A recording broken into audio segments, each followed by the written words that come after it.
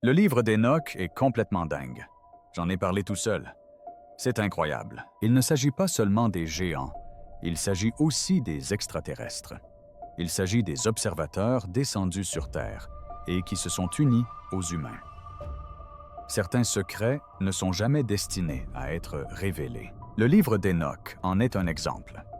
Il demeure l'un des textes les plus controversés jamais écrits. Si Enoch s'était tenu devant le trône du Dieu Tout-Puissant, Dieu ne se serait certainement jamais levé pour serrer la main des humains. Son contenu est si troublant qu'il rendrait des œuvres comme La Métamorphose de Franz Kafka ou les versets sataniques de Salman Rushdie presque anodines. En raison des révélations qu'il prétendait contenir le livre, fut interdit et disparu pendant plus de 2 ans. Aujourd'hui, révélé que contenait-il exactement? Rejoignez-nous dans cette vidéo pour découvrir les détails effrayants du livre d'Enoch. Pourquoi le livre d'Enoch a-t-il été interdit? À ce jour, seule l'Église orthodoxe éthiopienne et l'Église orthodoxe érythréenne reconnaissent le livre d'Enoch comme écriture sainte. La plupart des autres traditions ne le reconnaissent pas pour 2 raisons principales. La première est la question de son auteur. Malgré son nom, le livre d'Enoch n'a pas été écrit par Enoch lui-même. Les érudits pensent qu'il a été composé sur une longue période par plusieurs auteurs, certaines sections datant d'aussi loin que 300 avant notre ère. Cela signifie qu'une grande partie de ce que nous avons abordé relève davantage du récit que du témoignage oculaire. Ce type d'écrit est connu sous le nom de pseudépigraphes, des textes anciens qui prétendent faussement avoir été écrits par un personnage célèbre ou biblique. Les écrits apocryphes étaient extrêmement répandus dans le monde antique, notamment entre 200 avant notre ère et 200 de notre ère période, durant laquelle la majeure partie du livre d'Enoch aurait été rédigée.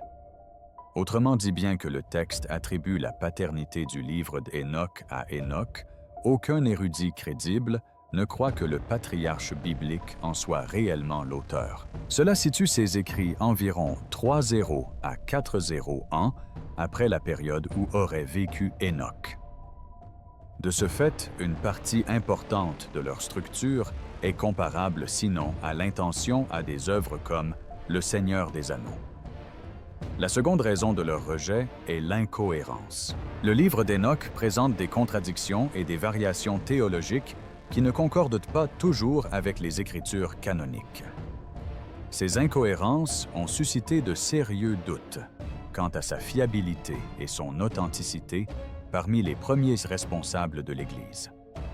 Conjuguer l'incertitude quant à son auteur et ses incohérences internes ont suffi aux autorités ecclésiastiques pour exclure le livre du canon biblique. Ainsi bien que le livre d'Enoch demeure fascinant, influent et profondément mystérieux, ces interrogations expliquent pourquoi il est resté en dehors de la Bible pendant la majeure partie de l'histoire, et pourquoi le débat à son sujet se poursuit encore aujourd'hui. Quoi qu'on pense de la Bible, elle n'en reste pas moins incroyablement précise et cohérente. De la Genèse à l'Apocalypse, chaque verset est souvent lié aux autres, créant un récit cohérent et étroitement imbriqué. Le livre d'Enoch, en revanche, n'atteint pas le même niveau de cohérence. Par exemple, dans la Bible, la principale source du mal est Satan, aussi appelé le diable, ou Lucifer, responsable du péché et de la corruption, même si d'autres démons agissent en coulisses. Le livre d'Enoch, quant à lui, désigne un démon nommé Azazel comme responsable de tous les maux du monde. Cela contredit directement le récit biblique selon lequel Satan est à l'origine du péché. Une autre différence majeure réside dans le sort des anges déchus. Enoch 13,56 suggère qu'ils pourraient se repentir de leurs péchés, tandis que la Bible affirme clairement que Satan et ses anges subiront des tourments éternels en enfer. Ces incohérences théologiques conjuguées au fait que le livre d'Enoch a été écrit par plusieurs auteurs rendent difficile pour les chercheurs de déterminer l'intention originelle du texte. Cela dit, une chose est indéniable. Le livre d'Hénoch offre un aperçu fascinant de l'histoire et des systèmes de croyances antiques. En le lisant en parallèle avec d'autres manuscrits et mythologies anciens, on remarque des similitudes frappantes. On se demande alors si ces récits étaient purement fictifs ou s'il s'agissait de témoignages de différentes personnes relatant les mêmes événements selon des perspectives différentes. Une chose est sûre, qu'il s'agisse d'une fiction ou non, le livre d'Hénoch est un texte d'une importance capitale. Quiconque s'intéresse à l'univers, à l'histoire ancienne ou aux origines des croyances humaines peut y trouver des enseignements précieux. Il nous invite à réfléchir à l'interdépendance profonde qui nous unit en tant qu'espèce. Que ces récits soient véridiques ou symboliques, le livre nous invite à réfléchir, à explorer et à nous interroger. Comment le livre d'Hénoch est-il devenu si sensationnel et quelles choses terrifiantes recèle-t-il? Poursuivez votre lecture pour le découvrir. Au commencement, là où le mystère a pris naissance, Hénoch demeure une figure mystérieuse connue, mais pourtant largement méconnue. Le livre d'Hénoch lui-même était largement connu dans le christianisme primitif. Des chefs religieux des 2e et 3e siècles, tels que Justin, Martyr, Irénée, Origène et Clément d'Alexandrie, y ont tous fait référence. L'Épître de Barnabé, écrite au début du 2e siècle, s'en inspire largement. Le philosophe romain Tertullien lui-même qualifie le livre d'Hénoch d'écriture sainte. Pendant les 3 premiers siècles après Jésus-Christ, nombreux furent ceux qui lurent et respectèrent ce livre. Il connut un succès retentissant, comparable à celui de la série Harry Potter aujourd'hui. Cependant, sa popularité commença à décliner lorsque les autorités ecclésiastiques le déclarèrent controversé et indigne de confiance. Le livre fut alors officiellement interdit, une interdiction toujours en vigueur. L'interdiction a fonctionné. Avec le temps, les gens ont cessé de la lire, de la copier et finalement d'en parler. Peu à peu, il tomba dans l'oubli et fut presque complètement perdu avant de réapparaître au 15e siècle. L'intérêt pour le livre d'Hénoch ressurgit à l'époque de la Réforme protestante vers la fin du 15e siècle. Des rumeurs commencèrent à circuler selon lesquelles ce livre perdu depuis longtemps pourrait encore exister. La curiosité grandissant de la tromperie aussi. Certains profitèrent de la soif de vérité du public et diffusèrent des textes falsifiés, prétendant qu'il s'agissait du livre original d'Hénoch. Tout changea lorsqu'un explorateur écossais du nom de James Bruce fit une découverte remarquable en Éthiopie. En explorant de la région, il découvrit un manuscrit ancien conservé dans la collection sacrée de l'Église orthodoxe éthiopienne. Bien que ce livre ne fasse pas partie du canon biblique, l'Église l'avait précieusement protégé pendant des siècles. Le manuscrit découvert par Bruce était écrit en Gwez, une ancienne langue sémitique encore utilisée aujourd'hui dans les textes religieux éthiopiens. Les érudits estiment qu'il a été écrit entre le 3e et le 1er siècle avant notre ère. S'agit-il de la version originale? Quels éléments attestent de son authenticité? Poursuivez votre lecture pour le découvrir. Le livre d'Hénoch. La version découverte par James Bruce est divisée en 5 sections, chacune révélant un aspect différent de l'histoire d'Hénoch. On y trouve notamment ses rencontres avec les veilleurs, ses voyages au ciel et ses puissantes visions de la fin du monde. Bruce est revenu d'Éthiopie avec 3 exemplaires du livre perdu d'Hénoch. La première traduction anglaise fut publiée en 1821 par Richard Lawrence. Plus tard, en 1912, le célèbre érudit R. H. Charles en publia une version plus complète et influente. Environ 28 ans après, des fragments supplémentaires furent découverts sur un site appelé la Grotte 4, révélant ainsi d'autres éléments liés à l'ouvrage. Certains érudits pensent que le livre d'Hénoch pourrait figurer parmi les plus anciens récits écrits de l'histoire de l'humanité. On pense même qu'il a influencé le livre de la Genèse et peut-être même la Bible entière, Ancien et Nouveau Testament. C'est dire l'ancienneté de ce texte. En effet, on pense que certains apôtres bibliques ont cité Enoch dans leurs enseignements. La référence directe la plus célèbre se trouve dans l'Épître de Jude. Au chapitre 1, versets 14 et 15, l'auteur cite directement Enoch. Jude l'identifie même comme le 7e descendant d'Adam. Le passage dit « Ceci est important, car cela montre que Jude connaissait Enoch et respectait suffisamment ses paroles pour les citer directement dans le Nouveau Testament. » On observe une autre comparaison frappante entre Genèse 6,1 et 1 Enoch 6,1. Dans la Genèse, il est dit que tandis que l'humanité se multipliait sur la terre et que des filles naissaient les fils de Dieu, voyant la beauté des filles des hommes, prirent pour femmes les filles des hommes. Le livre d'Enoch développe cet épisode avec beaucoup plus de détails. Il décrit comment les anges appelés les fils du ciel virent les filles des hommes, les désirèrent, et se dirent entre eux, « Venez, choisissons des femmes parmi les filles des hommes, et engendrons-nous d'elles. » Quelle est la signification de cette similitude? Cela signifie-t-il que le livre d'Enoch n'aurait jamais dû être interdit? Poursuivez votre lecture pour découvrir les détails troublants du livre d'Enoch. Des passages comme ceux-ci laissent penser que le livre d'Enoch révèle des vérités cachées des secrets gardés et peut-être encore tus depuis des siècles. Là où la Genèse résume Enoch développe, le livre décrit les voyages d'Enoch à travers des lieux cachés et interdits tant sur terre qu'au ciel. Parmi ceux-ci figurent le Shéol, le royaume juif de l'au-delà, l'abîme, les montagnes sacrées, les 10 cieux, les portes du ciel et même les demeures des anges.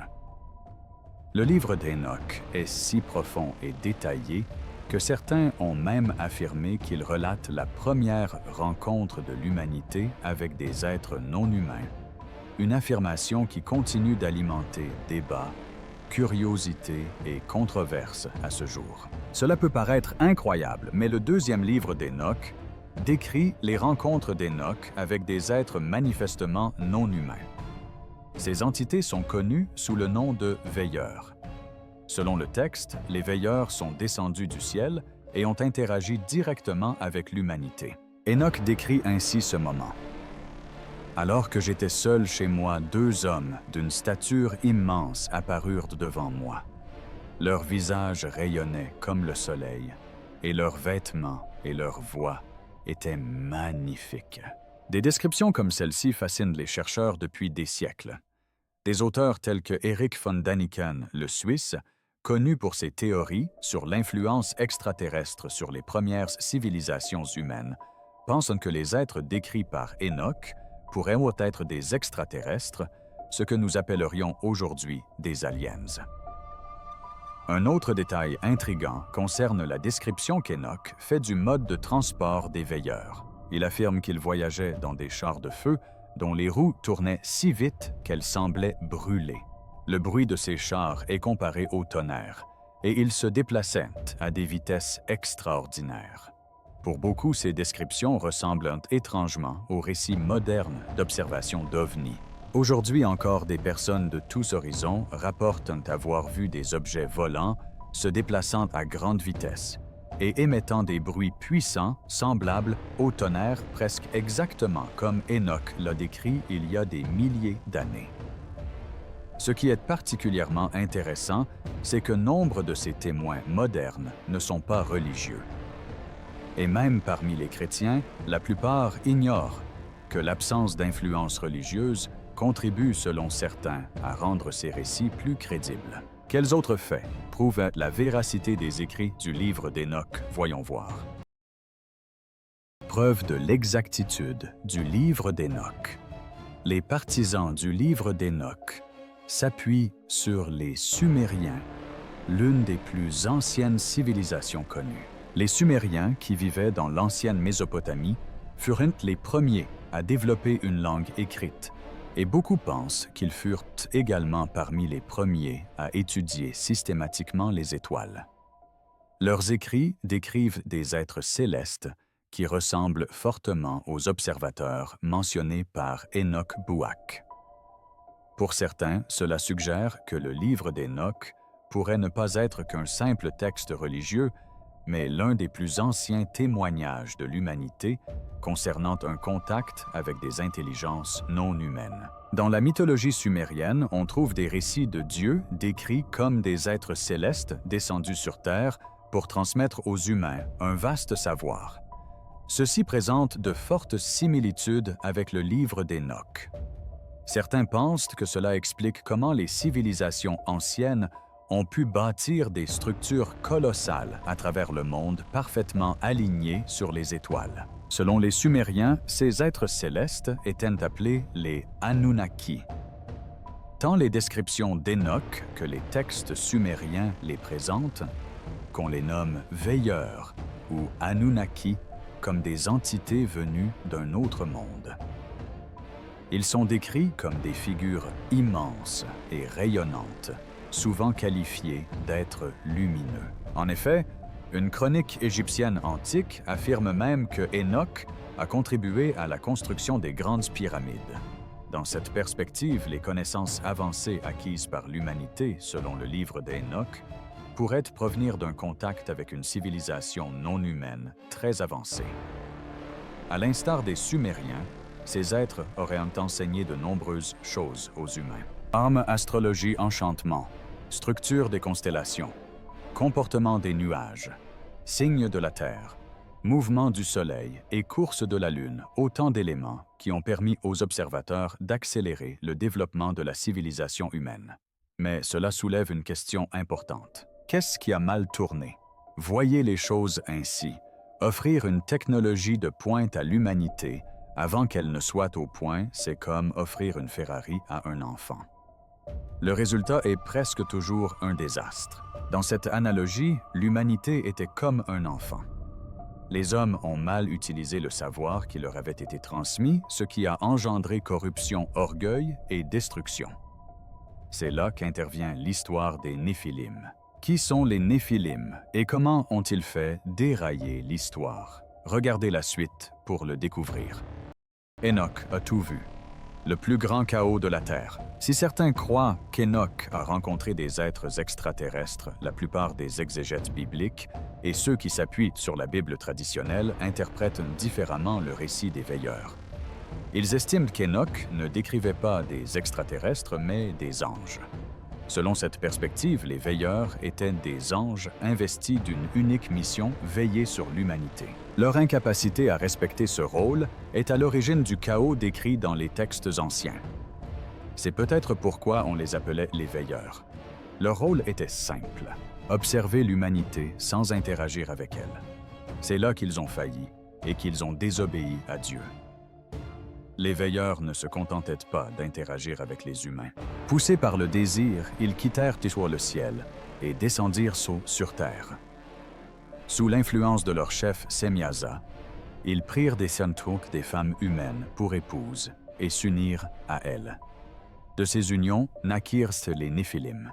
Les Néphilim étaient décrits comme des géants mi-anges, mi-humains, des êtres surnaturels d'une taille et d'une force immense. Ils causèrent des destructions considérables. Au début, ils dévoraient tout ce que les humains produisaient. Quand les vivres vinrent à manquer, ils s'attaquèrent aux animaux. Finalement, ils s'en prirent aux humains eux-mêmes. Certains pensent que cela pourrait être à l'origine de mythes comme celui des Cyclopes dans la mythologie grecque. Dans la Théogonie, le poète grec Hésiode décrit les Cyclopes comme les enfants d'Ouranos, dieu du ciel, et de Gaïa, déesse de la terre. Ce récit reflète fidèlement l'union des veilleurs, êtres célestes et femmes terrestres.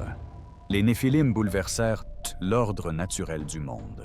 La violence et le chaos devinrent omniprésents.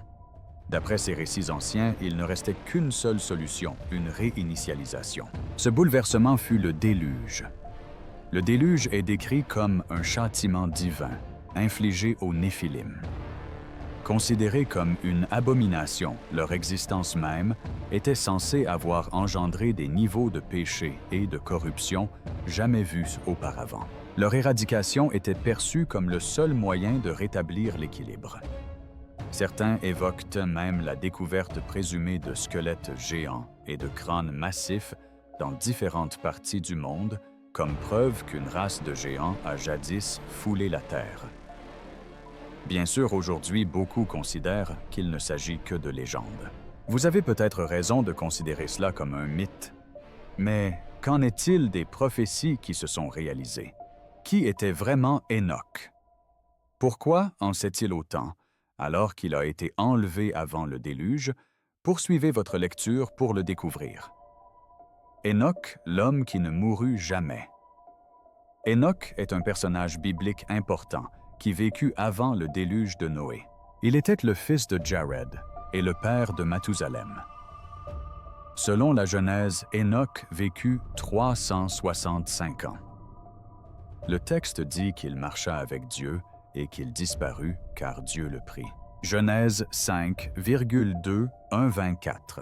De nombreuses traditions juives et chrétiennes interprètent ce passage comme signifiant qu'Enoch fut emmené vivant au ciel sans connaître la mort, bien que certaines traditions proposent des interprétations différentes. Enoch occupe une place importante dans les traditions juives et chrétiennes. On lui attribue souvent la paternité du livre d'Enoch et on le désigne comme le scribe du jugement. Dans le Nouveau Testament, il est mentionné dans l'Évangile, selon Luc, l'Épître aux Hébreux et l'Épître de Jude, ce dernier citant même directement le livre d'Enoch. Aujourd'hui, il est vénéré comme un saint dans l'Église catholique, ainsi que dans les traditions orthodoxes orientales. Le nom d'Enoch a plusieurs interprétations. Philon d'Alexandrie suggérait que le mot signifiait « votre grâce », dérivé de l'hébreu « hen ». Jérôme, quant à lui, le faisait dériver d'un verbe signifiant « former, initier, consacrer ou inaugurer », lui conférant ainsi le sens de « dévouer ». Les érudits modernes proposent des significations telles que « disciple »,« initié » ou encore « sage », « intelligent ». Dans le livre de la Genèse, Enoch apparaît comme le 7e des 10 patriarches antédiluviens. La généalogie du chapitre 5 de la Genèse énumère ces patriarches d'Adam à Noé, indiquant l'âge auquel chacun a engendré le suivant et la durée de leur vie. Contrairement aux autres qui ont vécu des centaines d'années, Enoch est un cas unique. Il n'a pas connu la mort. On le trouve dans Hébreux 11,5. La Genèse mentionne à 2 reprises Genèse 5,2,2 et Genèse 5,2,4 qu'il a marché avec Dieu, une distinction qu'il partage avec Noé parmi les patriarches d'avant le déluge. La durée de vie d'Enoch est de 365 ans plus courte que celle des autres patriarches qui ont vécu plus de 700 ans. Son histoire s'achève de façon énigmatique. Il n'était plus car Dieu l'a enlevé 57 ans après la mort d'Adam et 69 ans avant la naissance de Noé. Bien que bref, le récit d'Enoch a inspiré des siècles de débats théologiques, d'interprétation et de mystères. Le livre d'Enoch a été omis du Tanakh hébraïque et de la traduction grecque de la Bible hébraïque, connue sous le nom de Septante. Il n'a jamais été considéré comme faisant partie du canon officiel, ni par les communautés juives, ni par les premiers chrétiens. Malgré cela, de nombreux pères de l'Église influents ont fait l'éloge d'Enoch. Que pensez-vous des écrits du livre d'Enoch? N'hésitez pas à nous faire part de votre avis dans les commentaires ci-dessous. Merci d'avoir regardé cette vidéo. Nous espérons que vous comprenez désormais pourquoi ce livre a été interdit et pourquoi il ne pourra jamais être considéré comme une écriture. N'oubliez pas de liker et de vous abonner. Cliquez sur la vidéo suivante pour retrouver vos explorations préférées. À bientôt.